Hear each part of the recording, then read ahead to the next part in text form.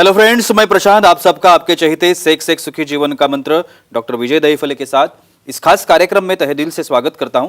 दोस्तों, हमें जब भी कोई मेडिकल इमरजेंसी आती है या फिर स्वास्थ्य से जुड़ी कोई भी परेशानी सताती है, तब हम क्या करते हैं? सबसे पहले हम वो सारी चीजें हमारे फ्रेंड्स या फैमिली के साथ शेयर करते हैं। पर दोस्तों, जब भी हमें कोई सेक्स से जुड़ी परेशानी सताती है, तब हम ऐसा नहीं कर पाते, क्योंकि इस बारे में बात करने में हम झिझकते हैं या फिर हमें शर्म आती है। पर दोस्तों, अब शर्माने की बिल्कुल जरूरत नहीं, क्योंकि डॉक्टर विजय दहीफले आपके सारे सेक्स रिलेटेड सवालों के जवाब बहुत ही पॉजिटिव तरीके से जरूर देंगे। दोस्तों, शो को शुरुआत करते हैं, लेकिन शो को शुरुआत करने से पहले जानते हैं डॉक्टर विजय दहीफले इनके बारे में।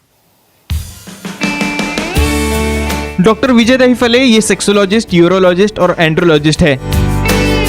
डॉक्टर के क्लिनिक औरंगाबाद, हैदराबाद, दिल्ली में द्वारका, पुणे, नवी मुंबई में नेरुल, दादर, अंधेरी, कल्याण, नासिक, अहमदाबाद और दुबई में है।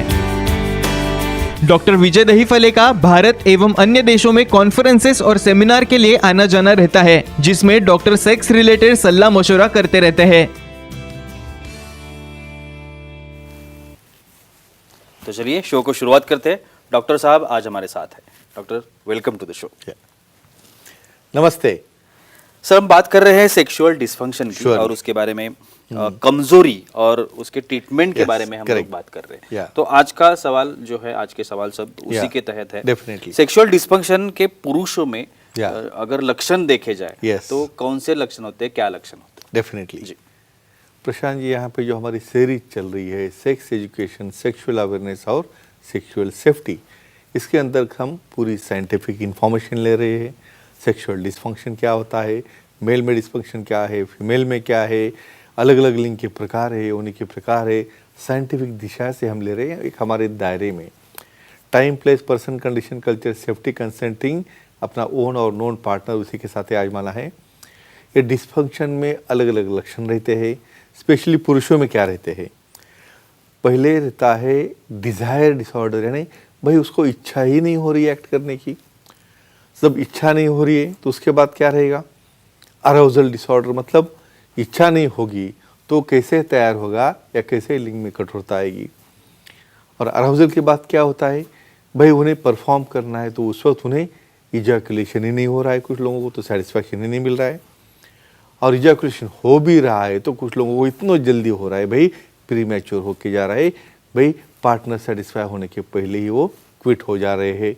भी छोटा लिंग है, कमजोरी, शीघ्र पतन, छोटा लिंग और लॉस ऑफ लिबिडो, इच्छा कम होना, ये कॉमन सिम्टम रहते हैं मेल में या पुरुषों में।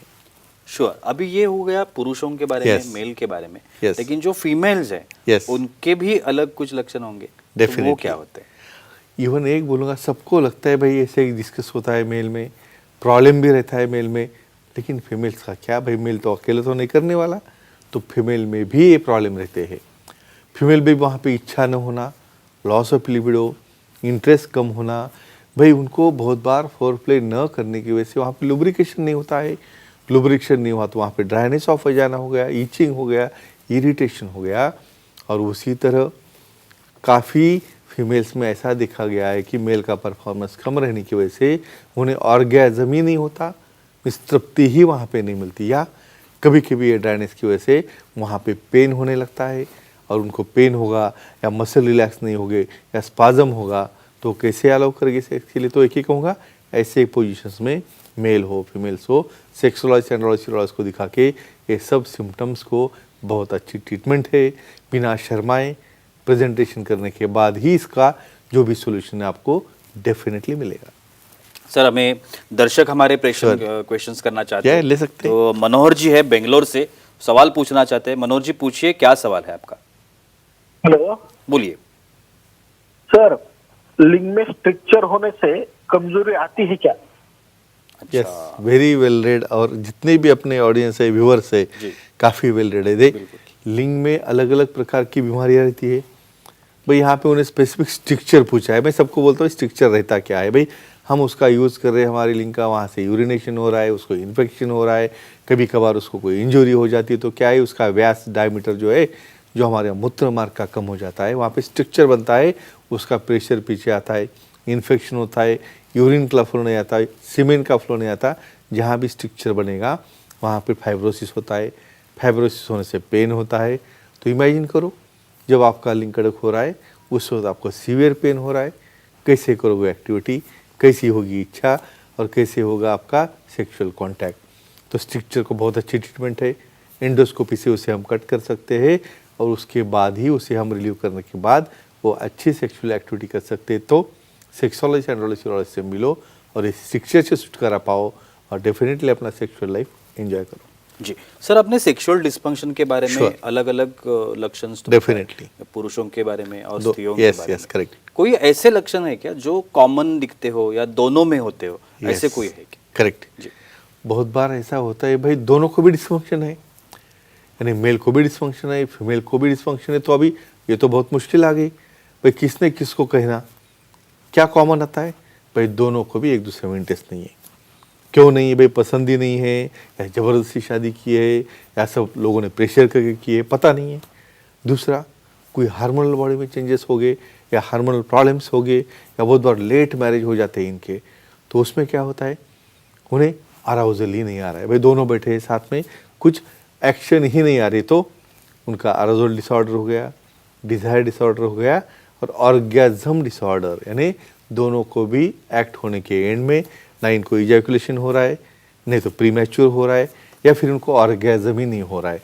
तो ऐसे कॉमन सिम्टम्स भी रहते हैं, लेकिन सेक्सोलॉजी एंड्रोलॉजी को दिखा के दोनों का काउंसलिंग करके ट्रीटमेंट करके उसे अच्छी तरह से सॉल्व कर सकते हैं और दोनों भी अपना निजी जीवन एंजॉय कर सकते हैं। सर इसमें कुछ फिजिकल रीजंस भी होते हैं? Yes, very important question. Sexual dysfunction Yes. तो उसके बारे में भी कह Yes. सकते हैं। आपको बोलता हूँ प्रशांत जी, यहाँ पे कुछ लोगों को तो लगता है भाई ये सेक्सुअल डिस्फंक्शन कुछ एंटिटी होती ही नहीं है। कैसे क्या होगी, अरे भाई आपको बाल जा रहे हैं, आपको चश्मा लग रहा है, भाई आपकी जैसा एजिंग हो रहा है, उसी तरह लिंग में भी जो प्रवाह है, लिंग में उसमें कुछ कारणवश वहाँ पे प्रवाह नहीं जा रहा है। क्या रहता है इसके अंदर भाई, डायबिटीज़ आपको हो रहा है, ब्लड प्रेशर हो रहा है, एजिंग की वजह से आपके हार्मोन्स डाउन होते जा रहे हैं और कोई एडिशनल कुछ सिम्टम है क्या, ये देखना रहता है। और ये फिजिकल कॉजेज जो है ये भी कारण बन जाते हैं तुम्हारे सेक्सुअल डिस्फंक्शन के। तो जब भी आप 35-40 क्रॉस करोगे तो हर एक ने पहले एक्सेप्ट करो कि भाई मुझे वो कमज़ोरी आ रही, कमी आ रही है और मुझे उससे अच्छा करना है। नहीं तो यहाँ पे झगड़ते बैठते हैं, नहीं मेरा प्रॉब्लम नहीं आप ही देखो और आपका प्रॉब्लम है तुम ही देखो। नो, ऐसा करोगे तो आपका निजी जीवन अफेक्ट होगा। तो फिजिकल कॉजेस अच्छे करोगे तो आपका निजी जीवन बहुत इंप्रूव होगा। जरूर सर, हमारे एक फीमेल दर्शक है बोरीवली लेते, से, surely, सवाल पूछना definitely. चाहती है। ईशा जी पूछिए, सवाल क्या है आपका?